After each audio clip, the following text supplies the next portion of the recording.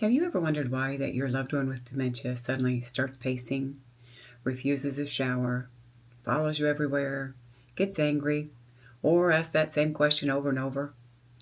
Well, as caregivers, our first thought is often, how do I get them to stop doing this? But today, I want you to start asking a different question. I want you to start asking, why is this happening? Because the behavior isn't the whole story. It's a clue. Hi, I'm 𝙒𝙬𝙀𝙀. I'm a registered nurse, faith community nurse, and certified in dementia care. And I've spent more than 30 years helping people with Alzheimer's and other dementias. And dementia has touched my own family too. One of the things that I've told caregivers for years is that sometimes we have to become dementia detectives. Instead of only looking at that behavior we're seeing, we need to look for the reason behind it. Because very often, behavior is communication. And today, I'm going to show you a simple way to do that. As dementia progresses, your loved one may have more difficulty telling you what they need. They may not be able to say, my hip hurts, I'm scared, I'm hungry, I don't understand what you're asking me to do, it's too noisy in here, or I need to use the bathroom, or even I'm exhausted. But just because they can't explain the need does not mean that need has gone away. Instead, they may show you. You might see pacing, yelling, crying, agitation, aggression, repeated questions, wandering, and resistance to care, or they may follow you everywhere you go. And that's why I want you to remember, the behavior is not the whole story. It's a clue. What is the behavior trying to tell you? So, how do we figure out what that clue means? Well, I use a simple process. Notice, look, ask, track, and connect. Find the why. And then respond. So let's walk through it. Become a dementia detective. Step 1, notice what changed. First, notice what you're seeing. Maybe mom suddenly started pacing every afternoon. Maybe dad has started fighting you when you try to help him take a shower. Or maybe your husband has started waking up several times during the night. Don't try to solve everything yet. Just recognize something has changed. That is your first clue. Step 2, look what happened before.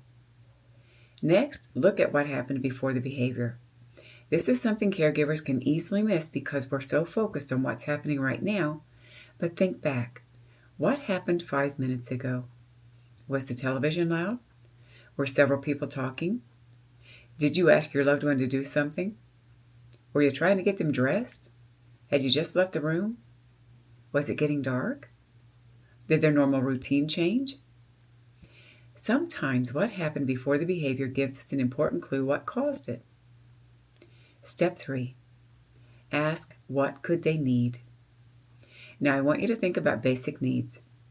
Could your loved one be in pain, hungry, thirsty, constipated, tired, too hot, too cold? Do they need the bathroom? Are they frightened, confused, lonely, bored? Or are they simply overwhelmed by everything that's happening around them? And then don't forget about illness, infection, medications, and poor sleep. One thing I especially want caregivers to remember is, don't assume that every behavior change is just the dementia. Pain is a good example. Now, someone with dementia may no longer be able to say that my back hurts. Instead, they become restless. They may resist care. They may stop sleeping well. They may become agitated or even aggressive. The behavior may be the clue that tells us something is wrong. Step 4, write down those clues. Now we get to something I've encouraged caregivers to do for many years. Write things down. And I know what some of you are thinking, I already have enough to do, and I understand that. You're managing medications, meals, appointments, bathing, dressing, household responsibilities, and probably 100 other things. Writing down that Dad was agitated at 4:30 this afternoon may not seem very important. But here's what I want you to remember. Today's little detail may become tomorrow's important clue. You're not writing things down just for the sake of documenting them. You are collecting clues. Step 5. Connect those clues and look for the pattern. And this is where tracking becomes so important. So let's say Mom becomes agitated one afternoon. That alone, well, it doesn't tell us very much. But you might just think, well, Mom had a bad day. But you've been writing things down, and after a couple of weeks, you start noticing something. Mom doesn't sleep well at night. The next day, she's tired. She doesn't eat much at lunch. By late afternoon, she starts pacing, and by dinner, she's agitated. Now, those don't look like 5 separate problems. You can see a pattern. Or maybe Dad gets angry every time you help him shower. You start tracking it and realize it happens most often when you're rushed. You begin undressing him before you've even explained what's happening. From Dad's point of view, someone is suddenly taking off his clothes, and he doesn't understand why. Now his reaction makes a little more sense. Connect the clues and look for the pattern. This is why I tell caregivers, you can't find the why if you can't see the pattern. Step 6. Find the why. Now we can start asking better questions. Instead of, how do I stop Mom from pacing? We ask, why might Mom be pacing? Is she tired? Is she hungry? In pain? Looking for the bathroom? Overstimulated? Is she trying to find me? Instead of, why is Dad being so difficult about his shower? We might realize, maybe Dad doesn't understand what I'm doing and he's frightened. And I want to say something important here. You don't always find the why. Dementia is complicated. Sometimes you can investigate every clue and still not know exactly what's causing the behavior. That doesn't mean you did something wrong. The goal is to become curious about the behavior instead of automatically assuming that your loved one's just being difficult. Step 7. Respond to the need. Once you have an idea of what may be happening, you can change your response. If they're overwhelmed, reduce the stimulation. If they're frightened, slow down and reassure them. If they're tired, maybe that task can wait. And if they're hungry, offer them something to eat. If they're in pain, address that pain. If they don't understand what you're asking, try using fewer words. And give them more time. And if your approach seems to be frightening them, well, change your approach. This is where something else I've been teaching you comes back into the picture. Calm, connect, and care. Calm yourself and that situation.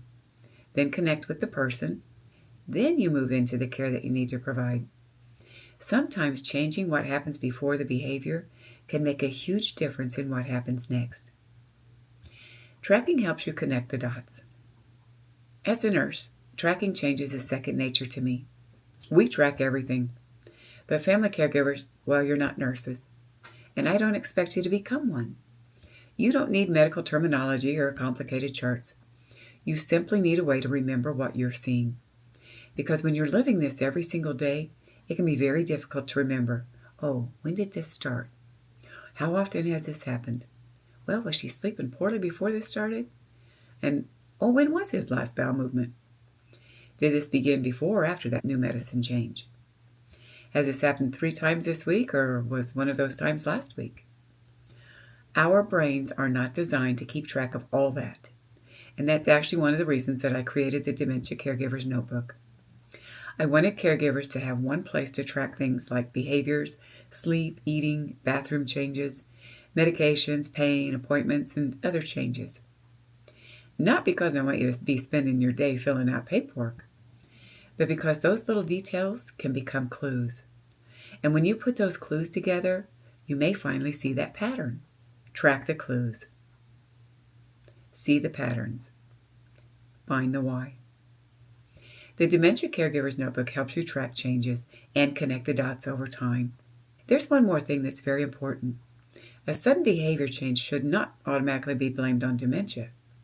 If your loved one suddenly becomes much more confused, agitated, sleepy, aggressive, or simply very different from their normal pattern, well, something else could be going on. You should think about things such as pain, infection, dehydration, constipation, medication changes, illness, poor sleep, or an injury. A sudden or dramatic change deserves attention, and you should contact their healthcare provider when you're concerned about a significant change. And if someone's immediate safety is at risk, you should get appropriate help right away.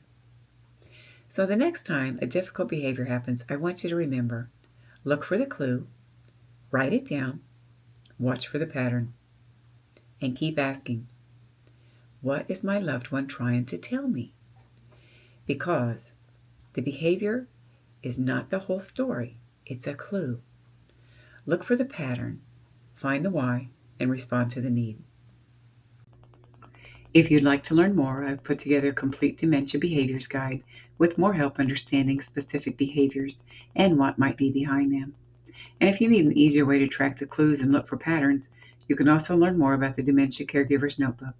You'll find both links below, and until next time, please don't forget to take care of yourself too.